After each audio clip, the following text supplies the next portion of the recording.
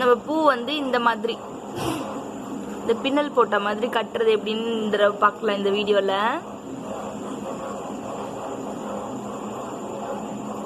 பின்னல் போட்ட மாதிரி இப்படி மாலை மாதிரி கட்டுறதுக்கு இந்த பின் பக்கம் வந்து இப்படி இருக்கும்.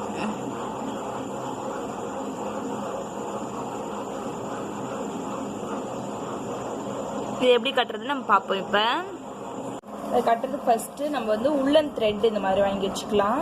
இன்னைக்கு ரெட்ல கட்டலாம். ரொம்பவே ஈஸி தான் இதில் கட்டுறது. நம்ம வந்து இந்த மேலே வந்து முடி போடுறதுக்கு கொஞ்சம் இது விட்டுறணும். விட்டுட்டு ஒரு பூ எடுத்து இப்படி வச்சுக்கோங்க. நார்மலா பூ கட்டுற மாதிரி தான் இப்படி கட்டிடுங்க.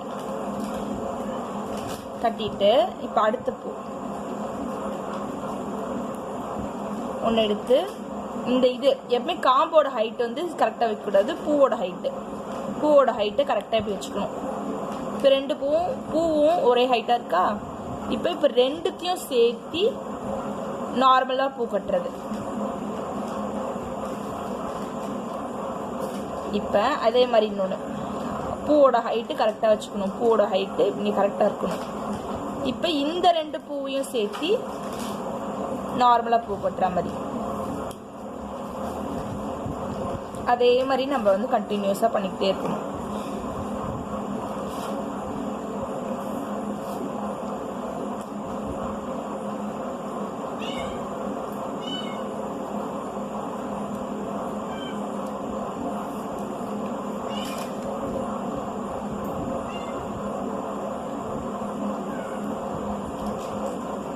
எப்போவுமே காம்பு ஹைட் வந்து ஏஸ்லோஸ்லாம் இருந்தால் பரவாயில்ல. இந்த பூவோட ஹைட்டு நமக்கு வந்து கரெக்டாக இருக்கணும். அதே மாதிரி கட்டிகிட்டே வர வேண்டியதான். நம்ம ரெண்டு ரெண்டா எப்போவுமே ரெண்டு ரெண்டா சேர்த்து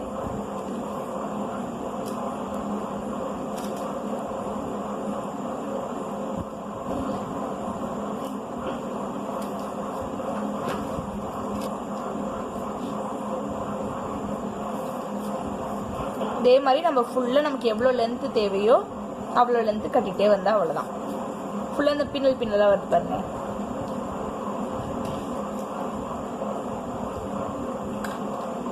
இதே மாதிரி ஃபுல்லாக கட்டிகிட்டே இருக்க வேண்டியதான். நமக்கு தேவையான லென்த்துக்கு இது ஃபுல்லாக உங்களுக்கு கட்டி முடிச்சுட்டு காமிக்கிறேன்.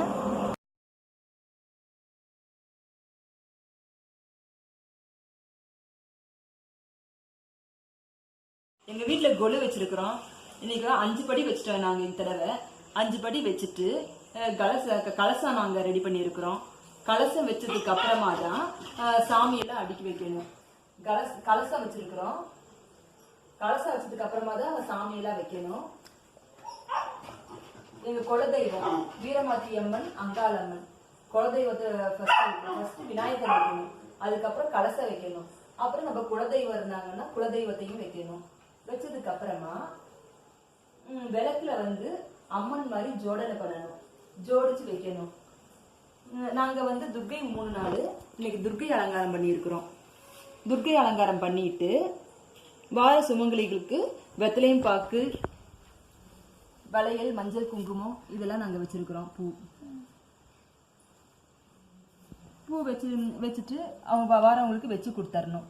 வச்சு கொடுத்ததுக்கு அப்புறமா நைட்டு நமக்கு ஏதாவது சாமி பாட்டு ஏதாவது தெரிஞ்ச பாட்டை பாடிட்டு ஆலங்கலக்கி சாமிக்கு தீபார்த்தனை காட்டணும். தீபார்த்தனை காட்டினதுக்கு அப்புறமா நெய்வேத்தியம் ஏதாச்சும் வச்சுட்டு அதுக்கப்புறம் ஆலங்கலக்கி சாமிக்கு தீபார்த்தனை காட்டிட்டு நம்ம போய் படுத்து தூங்கிடலாம். இதே மாதிரி 10 நாள் செஞ்சுட்டு வரணும்.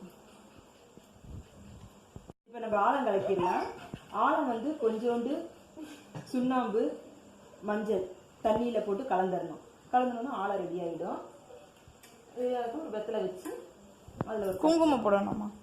குங்குமம் வேண்டியது இல்லை. குங்குமம் வந்து மஞ்சளும் சுண்ணாம்பு இருந்துச்சுன்னாவே ரெட் கலர் ஆகிடும். அப்படி உங்கள் வீட்டில் சுண்ணாம்பு இல்லை அப்படிங்கிற பட்சத்தில் மஞ்சளும் குங்குமத்தையும் தண்ணியில் கலந்துட்டு இது மாதிரி ஒரு வெத்தலை வச்சு கற்பூரம் வச்சுக்கோங்க. கற்பூரம் வச்சு தீபார்த்தனை ஆர்த்தி கலக்கிடுங்க. ஆர்த்தி பாட்டு தெரிஞ்சா பாடுங்க, இல்லைன்னா ஏதாச்சும் ஸ்லோகம் ஏதாவது தெரிஞ்சா பாடுங்க.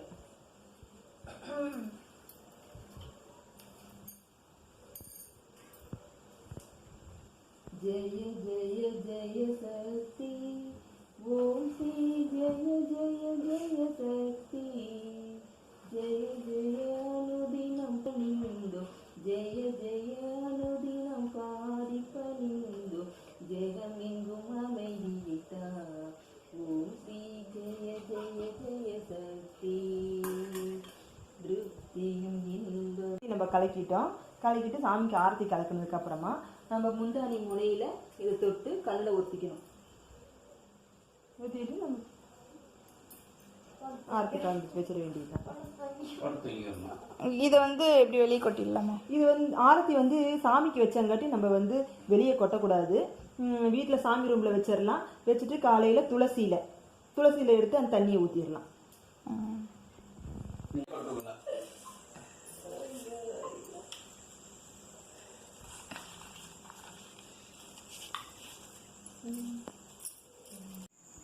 இப்போ இந்த ஃபுல்லாக கட்டிட்டோம் நம்ம.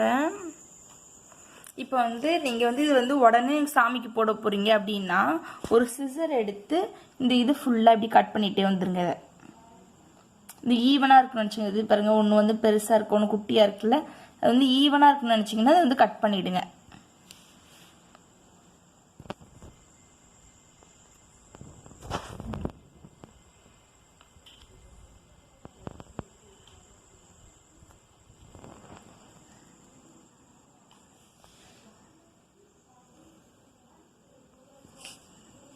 பின்னாடி பாருங்க.